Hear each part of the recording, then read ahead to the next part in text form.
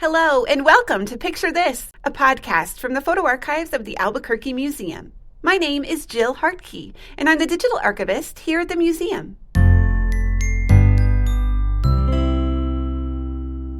Today we are peering over the shoulder of a master photo finisher and successful photographer in Albuquerque as he retouches portraits from the 1920s to the 1940s.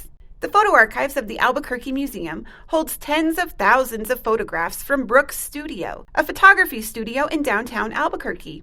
It opened in the mid-1920s and was described in the Albuquerque Morning Journal as, quote, the most modern and best equipped studio of its kind in New Mexico, end quote. And Mr. Brooks brought to Albuquerque a reputation as one of the most artistic photographers in the West. Here's the story of Harry A. Brooks and his portraits.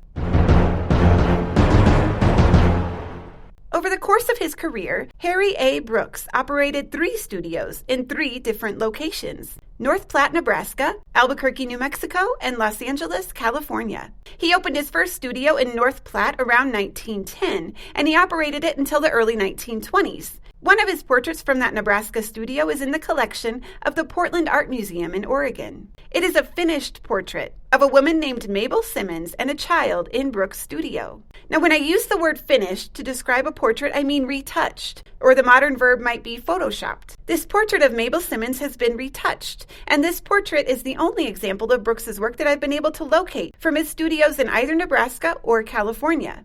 But let's turn our focus to Albuquerque. When Harry and his wife Lita left Nebraska for Albuquerque, they came, like so many others, for health treatments. The Brooks family consisted of Harry and Lita and their 2 young sons, Harry Jr. and George. The family settled in a house on North Sycamore Street. For the first few years, Brooks' studio operated at 418 West Central, but in 1930 it moved several blocks to the west, and Brooks' studio set up shop in 709 West Central. The Firestone station was next door. Across the street was a pharmacy, a bakery, and a market. The blocks to the east hosted the Masonic Temple and the Hotel Franciscan. When you walked down the sidewalk, the front of the studio featured showcase windows near the door, with examples of Brooks' photography and the studio's framing capabilities. It's difficult to be certain, but most of the framed images on display in the shop windows and inside the business seem to be similar to that portrait we saw from his time in Nebraska. They're finished. People are shown in perfect lighting with few wrinkles or blemishes. They're the literal picture of beauty. That's what clients wanted, according to early manuals of photography. Photographers needed to be able to show their clients in as complimentary a way as possible if they wanted to be successful. So that finishing work needed to be mastered. For most studios, the portraits that survive to wind up in museum collections are those finished portraits. If Brooks Studio's collection was like other studio collections in that regard, it would still be impressive because there are nearly 17,000 portraits of mostly local people, and he identified nearly all of them. But for some reason, Harry A. Brooks retained untouched negatives from portrait sittings for thousands of his clients. Most photographers destroy untouched negatives because they typically did not sell. So the portraits that we usually hold in museums and libraries and even in our own family albums are those finished portraits. This eccentricity of a local photographer gives us the unusual opportunity to study the art of retouching in the early 20th century. I'll tell you the story of how they wound up in the collection of the photo archives at the Albuquerque Museum toward the end of the podcast.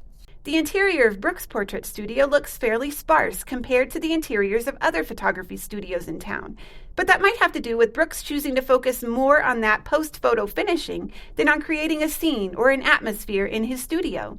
Other studios used a variety of props or backdrops to enhance the scene, but not Brooks. His is a collection that, at first glance, can seem a little monotonous. People are generally seated in the same way, with that fairly monotone background. The more you look, however, the more you see. Brooks learned photography at a time when American photographers were being taught to read faces and alter them according to what were considered positive or negative traits. They even had manuals like this one from 1909, outlining exactly what different facial features implied about a person's character and how to model the client's face to enhance those positive characteristics and diminish the negative ones. To have your portrait taken by a professional photographer like Harry Brooks meant that you were submitting yourself to the idealized beauty standards of a stranger. It is an uncomfortable realization that this practice was so common in studio photography. If you have treasured portraits of ancestors in your own photo albums at home, they likely are this photographer's idealized version of your relative, rather than a realistic portrayal of that person. Our trust in portrait photography can crumble under this knowledge, but having access to a collection like the Brooks Studio Collection provides a new way to look at portraits from the past. It lifts the veil in a way because now you have a chance to look at an untouched negative from a photography session and compare it to a finished negative from the same session, getting to really study how much was manipulated on each person's face and how radically different they might have looked after Brooks or any photographer finished those portraits. At this time, Brooks would have used an easel with a light box behind it to finish the negative and then make a print for the client. He used tools and methods that you might find on photo editing software now. Pencils, pens, brushes. They used dodging and burning techniques. It would have taken hours of meticulous work to finish a portrait. Interestingly, out of nearly 17,000 portraits in the Brooks collection, there are none of Harry A. Brooks or his family. In fact, the only photo relating to either Harry, Lita, or their children is one photograph of a birth certificate of their youngest son, George. Brooks Studio appears to have focused entirely on retouching the faces of neighbors and visitors to Albuquerque.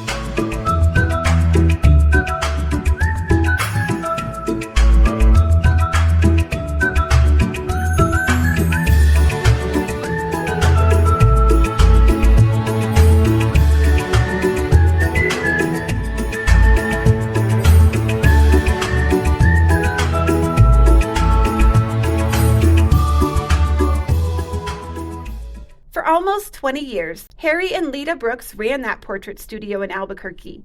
Their sons, Harry Jr. and George, helped out, mostly focusing on commercial work outside of the studio. In the late 1930s, Harry and Lita packed up and they moved to Los Angeles, California, and Brooks Studio was sold in 1942 to another photographer.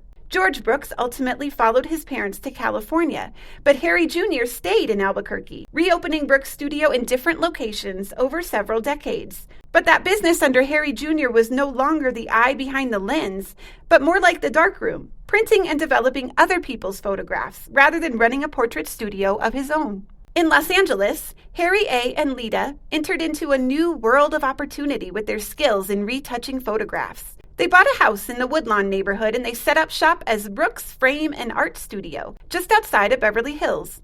Arriving in Hollywood in the 1940s was prime time. Hopeful stars and starlets were flocking to Hollywood, all of them needing headshots to present to film studios. Harry Brooks already had experience in that type of work from his time in Albuquerque. In 1929, a young Vivian Vance was working in a play at Albuquerque Little Theater, and she came to Brooks' studio for a portrait sitting.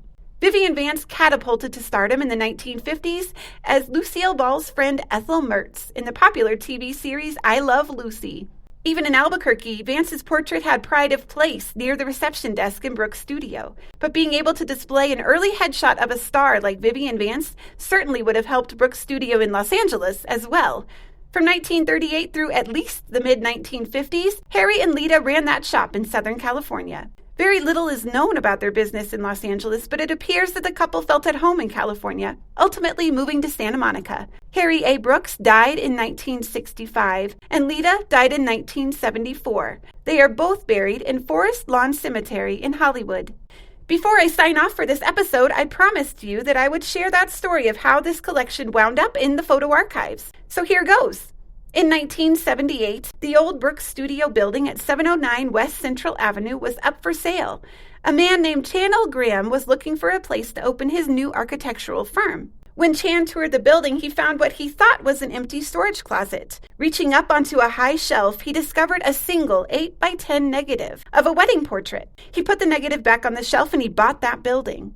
Later, he came looking for the negative on the shelf, but he couldn't find it. So he asked an employee to climb up and see if she could find it. Instead of a single negative, she found hundreds of boxes of negatives. For the next several days, Chan and his employee looked through all the boxes of negatives. Chan got in touch with Harry Jr. and invited him to stop by. Upon seeing the negatives, Harry became emotional, saying he thought all of these negatives had been lost or destroyed. And he confirmed that these were the portraits taken by his father, Harry A. Brooks, when Brooks' studio operated out of that building. Chan started debating about what to do with this massive collection. Should he sell it all as one giant collection or set himself up as an archivist and sell copies of the photos? He quickly recalled that he was an architect, not an archivist, and so he set out to find a new home for this collection. The Museum of New Mexico in Santa Fe was interested. The University of New Mexico was interested too. Chan Graham looked toward a brand new department called the Photo Archives inside the Albuquerque Museum's brand new building in Old Town. The Photo Archives was in its infancy. The entire museum was trying to figure out how to operate and staff a photo archive. But Chan Graham saw an opportunity to provide a fledgling photo archive with a significant and relevant collection. So he donated the images. And the Albuquerque Museum provided him with many prints to keep and display however he liked. Chan wrote a letter in 2012 recalling the opening of his new architectural firm, and he credited Brooks Studios' photographs with helping to get him a large crowd, plus a full-page article in the Albuquerque Journal, setting that new architectural firm off on the right foot. Chan Graham's hunch that the photographs would be a cornerstone for the photo archives was absolutely right. Over 40 years later, the Brooks collection is still one of the largest collections within the photo archives of the Albuquerque Museum, and its significance and relevance continues to grow. The rareness of untouched negatives being kept by a portrait studio also remains one of the most interesting aspects of the entire photo archives collection. Thank you for joining us for Picture This with the Albuquerque Museum. Please join us next time for the story behind another photograph in the museum's collection.